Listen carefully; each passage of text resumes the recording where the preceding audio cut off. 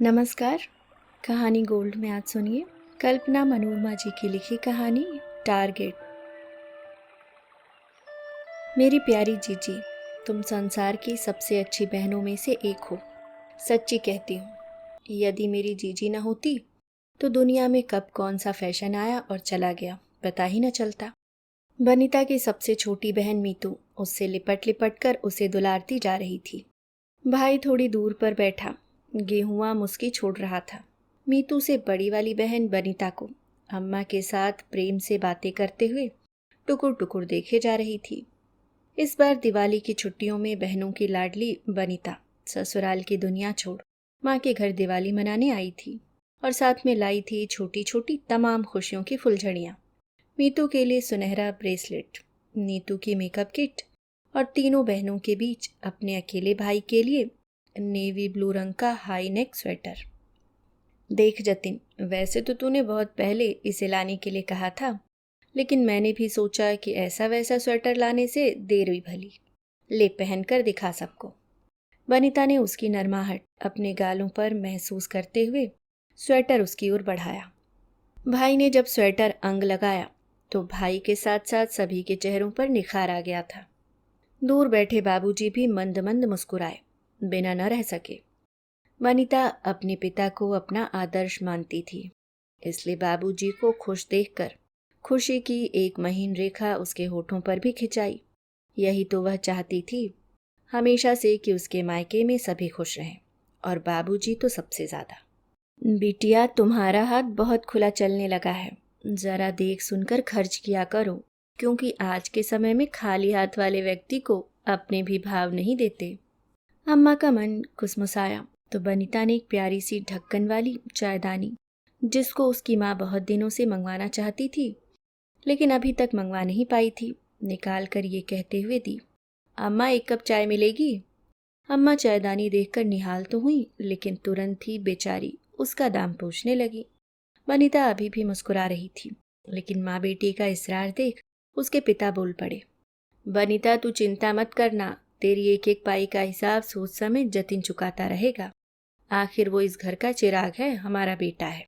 हाँ, तुम लोग अगर अभी उसे खुश रखोगी तो मेरे बाद भी तुम बहनों को पूछता रहेगा, नहीं कौन जाने। हर बार की तरह इस बार भी मौके की नज़ाकत को भांपते हुए बनीता के पिता ने उसकी संवेदनशीलता पर अपनी जड़ीले मत का अनुलेप लगाकर उसका मन फिर से खराब कर दिया। पिता के हर कथन के प्रति नतमस्तक रहने वाली बनीता ने खुद को खूब संभाला, लेकिन आज वह विचलित हो उठी। दरअसल पिता की ऐसी बातें सुन सुनकर उसने अपने वामा आपे को निबल समझ लिया था। न कभी मन भर हर्षित होने लगी थी और न ही उतावली, इसलिए आज भी खुश होने का तो कोई सवाल ही नहीं उठता था। अम्मा, बाबूजी से कहो ना प्लीज कि ऐसी बातें मत किया करें। पराये होने का एहसास करवाना क्या बहुत जरूरी होता है हर बार? हम लोग जानते हैं अपनी औकात। बुदबुदाया तो उसने रसोई में, माँ के पास था, लेकिन पिता फिर भी बोल पड़े, हाँ हाँ बनीता, मैं सही कह रहा हूँ। तुम अपने भाई बहनों की हुल्लास अभी देख लो, बाद में तुम्हारे बाल बच्चों की पढ़ाई लिखाई के समय हम जिंदा हैं न देखेंगे। सावन और भाई दूज का शगुन ऊपर से, क्यों जतिन? पिता कुछ और बोलकर बनीता का दिल दुखाते उसकी अम्मा बोल पड़ी, हाँ ठीक है, कुछ खाने पीने भी दोगे उसको या अपनी ही कहते चले जाओगे? ढेर उदास शब्दों के बीच माँ की स्नेहलता की हरियाली पलकों में लिए वह चौके से निकलकर चटाई पर आकर बैठ गई और आंगन में धूप छांव के बनते बिगड़ते चित्रों को ध्यान से देखने लगी। पिता की बातों से उसका मन न चाहते हुए भी भाएं भाएं बज उठा था, बस उसी को वह सम पर लाने की चेष्टा कर रही थी।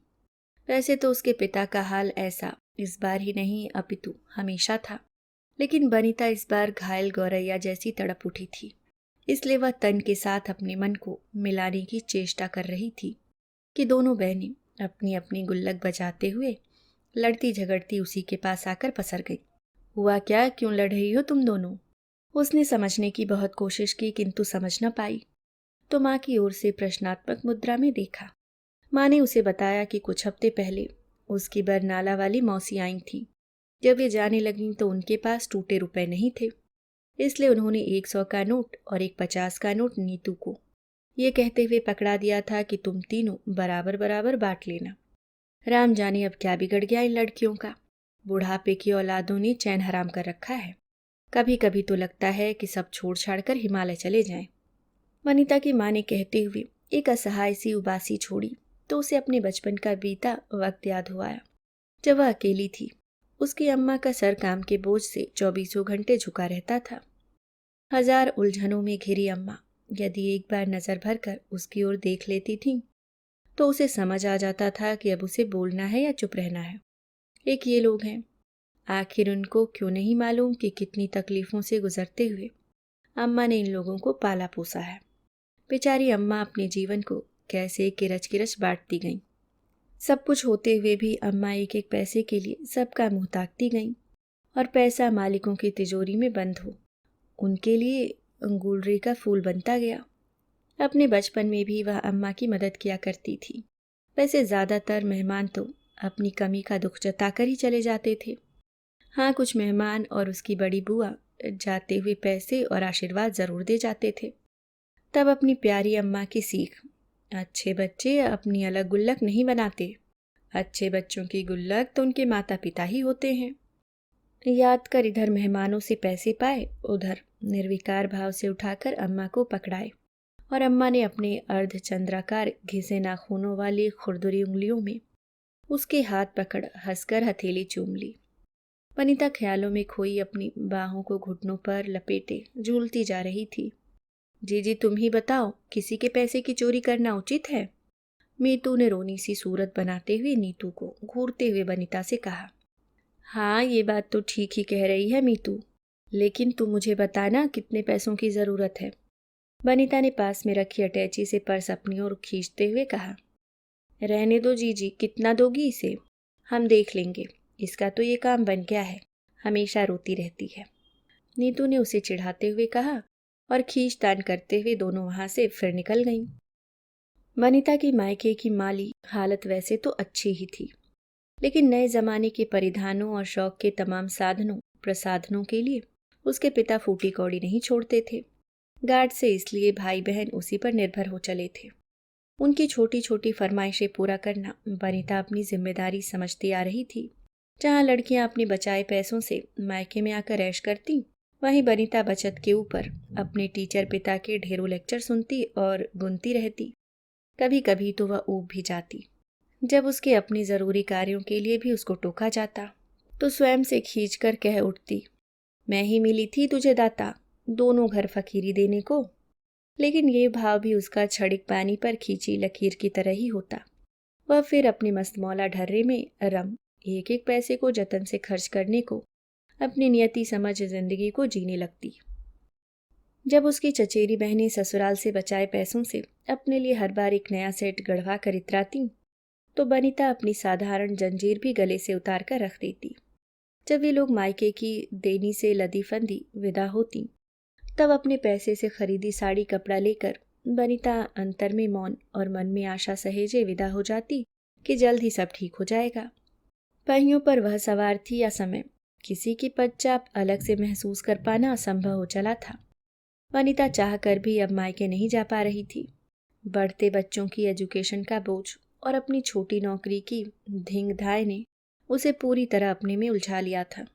मन का मुक्त गगन काले काले धब्बेदार अनपहचाने विचारों से अटता चला गया था।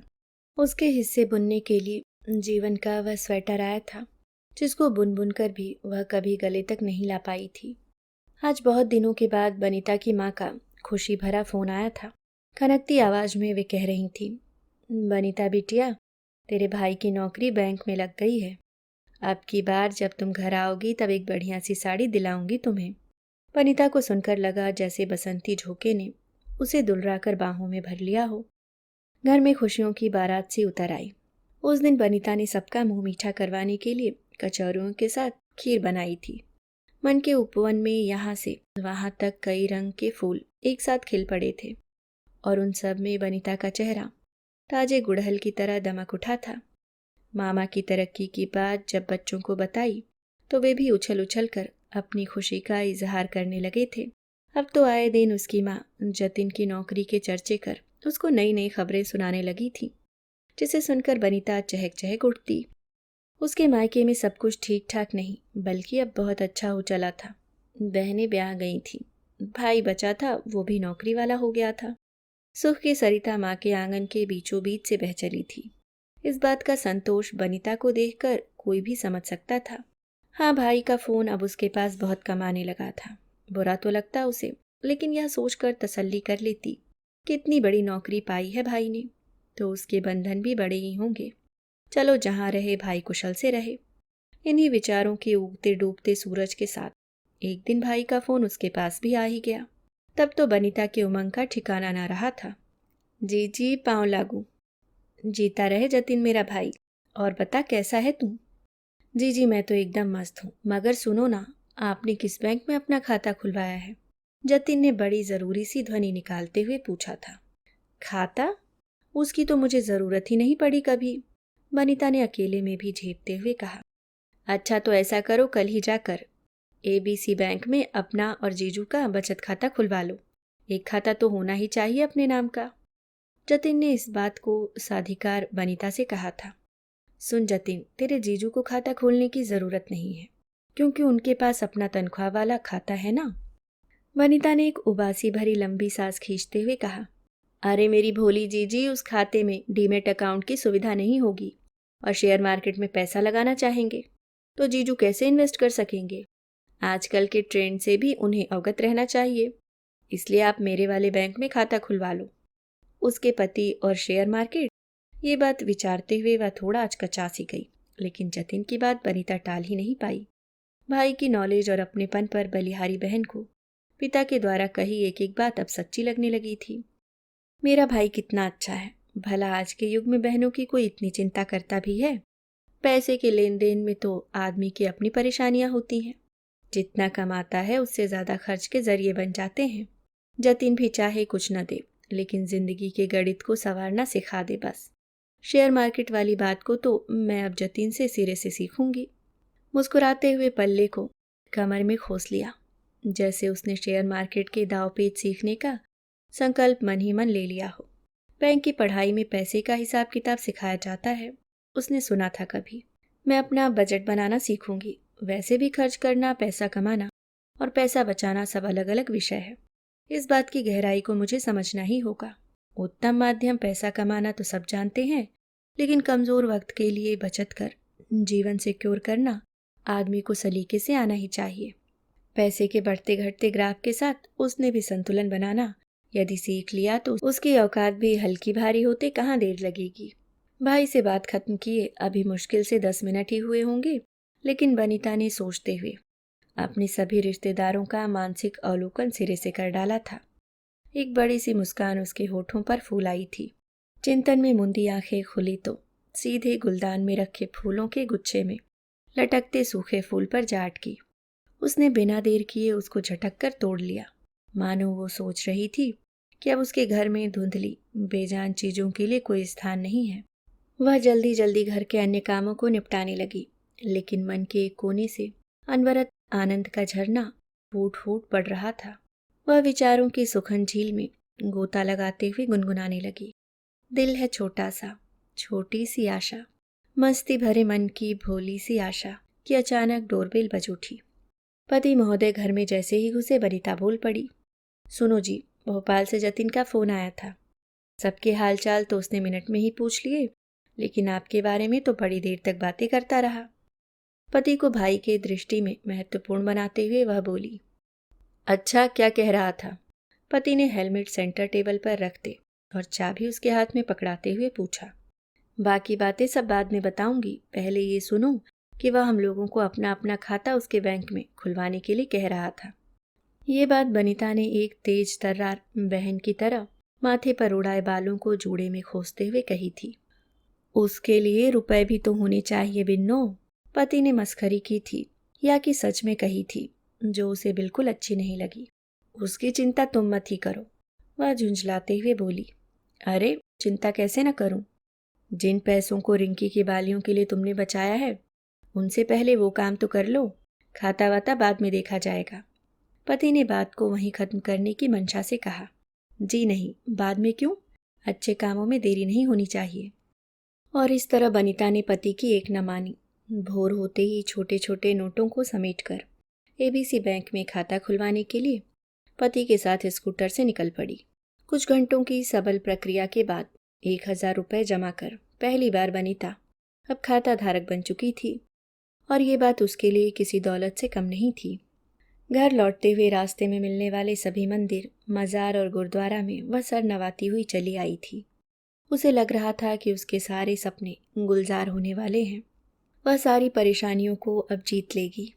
उसका छोटा सा आत्मविश्वास आसमान बन गया था। उसके मोबाइल पर बैंक से जुड़ा हुआ मैसेज आया तो वह सहज ही मुस्कुरा उठी थी। उसके बाद तो बैंक के मैसेजों का अनवरत सिलसिला सा चल पड़ा था।